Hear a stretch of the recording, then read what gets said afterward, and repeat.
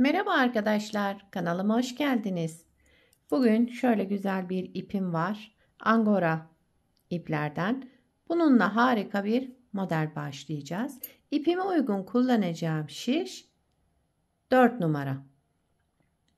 Modelimiz oldukça güzel ve farklı bir model. Umarım siz de beğenir, benimle yaparsınız. Dilerseniz yapım aşamalarına geçelim. Ben ipimi şöyle 2 kat yaptım. Daha dolgun durması için ipim çok inceydi.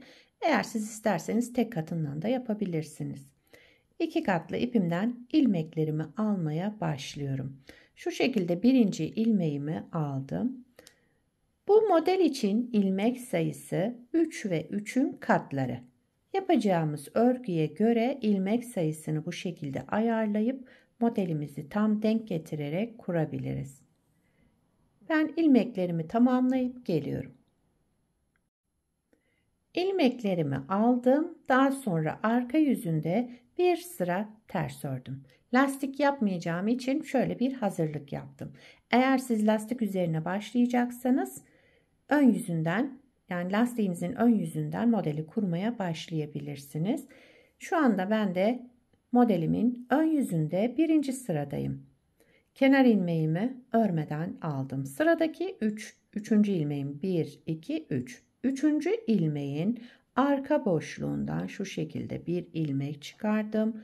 Aldım sağ şişime. 3 tane ilmeğim var burada. Önce 2 ilmeğimi düz ördüm. Şişimden çıkardım. Öndeki 2 ilmeğimi bu şekilde düz ördüm ve şişimden çıkardım. Sonda kalan tek ilmeğimi de düz ördüm, şişimden çıkardım. 3 ilmekten 3 ilmek çıkarmış olduk. 1, 2, 3. Ne artma oldu ne eksilme. Şimdi yine aynı şekilde devam ediyorum. 3. ilmeğin arka boşluğundan bir ilmek çıkardım. Aldım.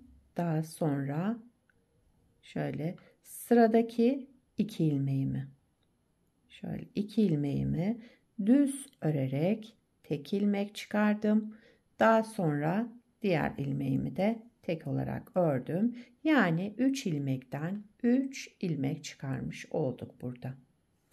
Aynı şekilde devam ediyoruz.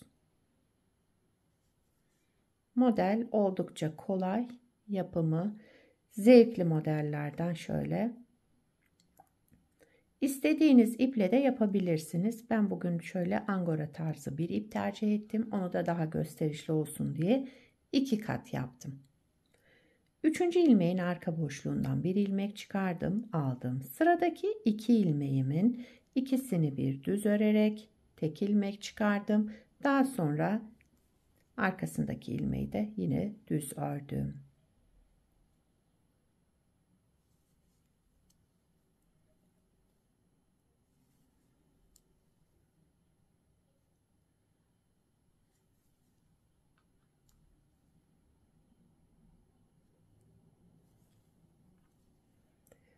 Son ilmeğim kaldı. Onu da düz olarak örüyorum. Bir ilmek düz.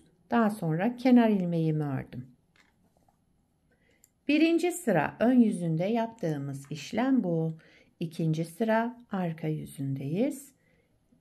Kenar ilmeğimi örmeden aldım. Daha sonra bütün ilmeklerimi ters örüyorum. İkinci sıra arka yüzünde ilmeklerimizi ters örelim.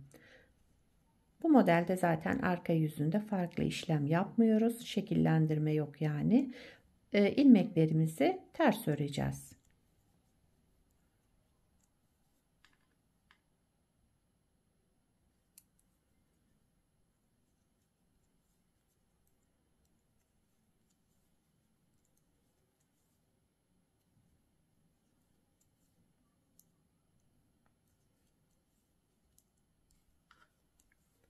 Sıra sonuna kadar ilmeklerimi ters örerek geldim. Kenar ilmeğimi de ördüm. Üçüncü sıra ön yüzündeyim.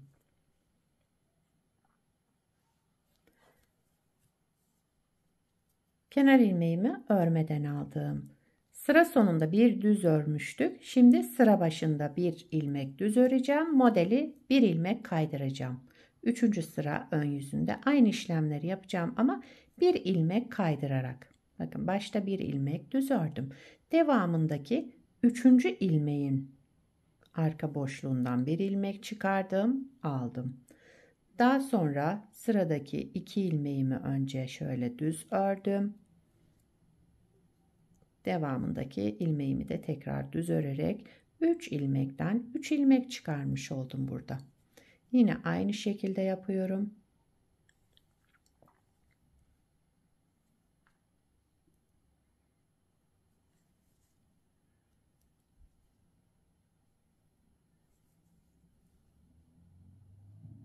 Üç ilmekten 3 ilmek çıkardık.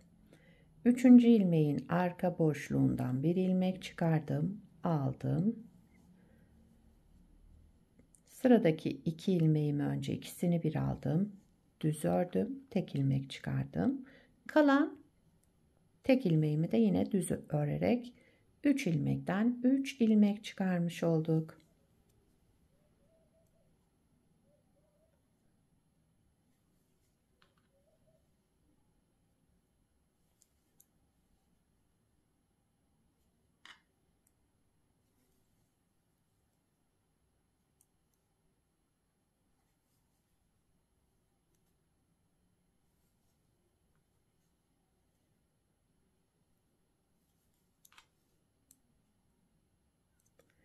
Kenar ilmeğimi de ördüm. Üçüncü sıramızı tamamladık. Dördüncü sıra arka yüzündeyim. Kenar ilmeğimi örmeden aldım. Yine bütün ilmeklerimi ters örüyorum. Sıra sonuna kadar ilmeklerimizi ters örerek devam ediyoruz.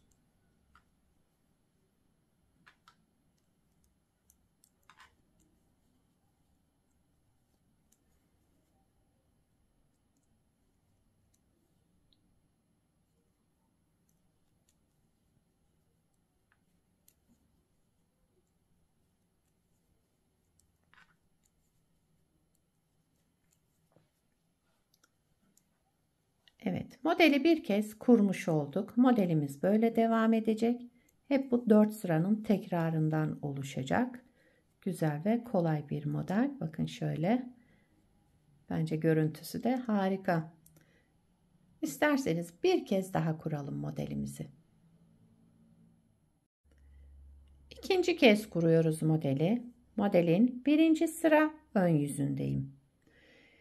Kenar ilmeğimi örmeden aldım. Sıradaki üçüncü ilmeğim, bakın 1, 2, 3. Üçüncü ilmeğin arka boşluğundan bir ilmek çıkardım, aldım.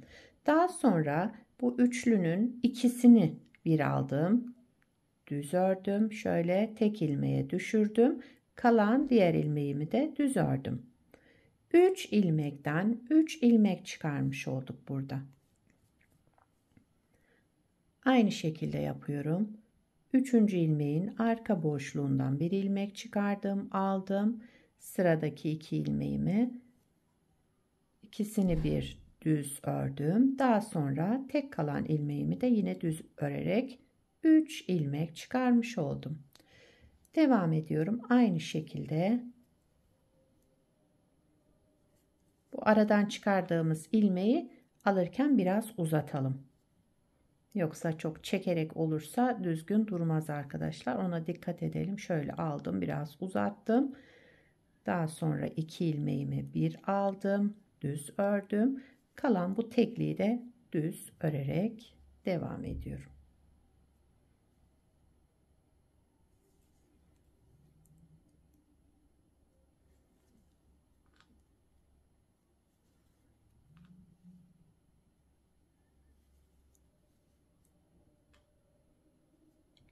Kalan bir ilmeğim var. Onu düz olarak ördüm.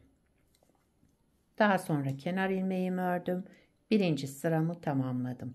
İkinci sıra arka yüzünde ilmeklerimizin tamamını ters örüyoruz.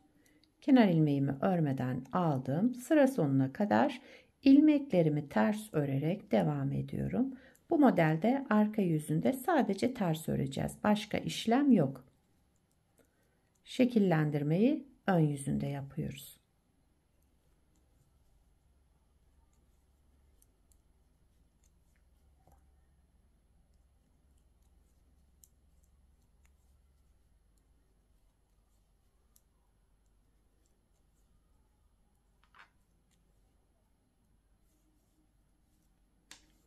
Sıramı tamamladım.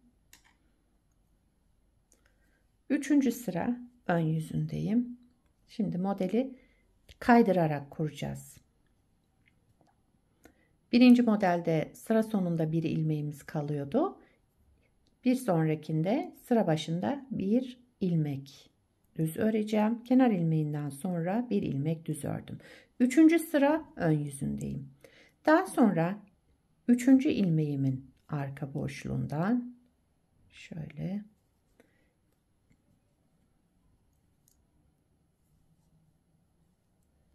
aldım bir ilmek. Sıradaki 2 ilmeğimi topladım, düz ördüm. Kalan tek ilmeğimi de düz ördüm. 3 ilmekten 3 ilmek çıkarmış olduk yine.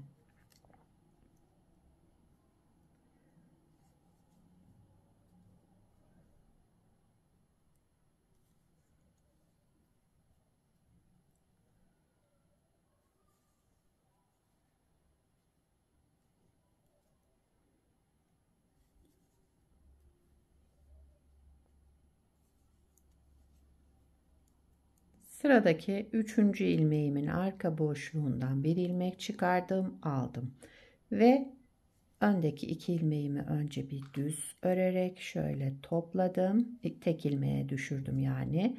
Daha sonra devamındaki tek kalan ilmeğimi de düz ördüm. Son 3 ilmeğimiz kaldı. Burada da aynı işlemleri yapıyorum. 3. ilmeğin arka boşluğundan bir ilmek çıkardım.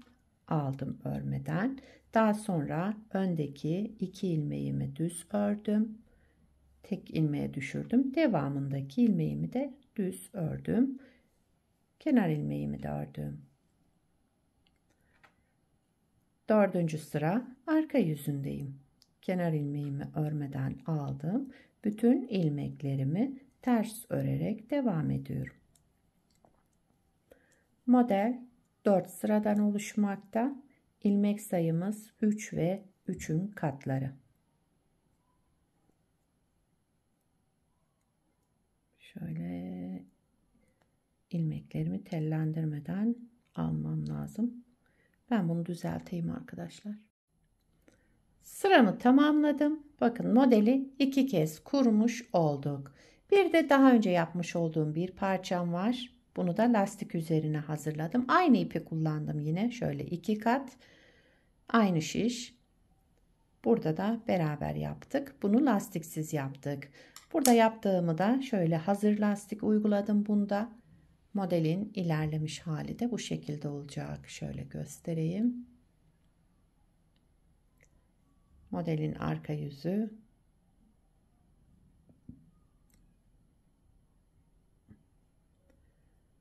Gördüğünüz gibi gayet zarif, yapımı da oldukça kolay, güzel modellerden. Farklı ipler de kullanabilirsiniz bu modeli yaparken. Yani bu tarz kullanmanıza gerek yok.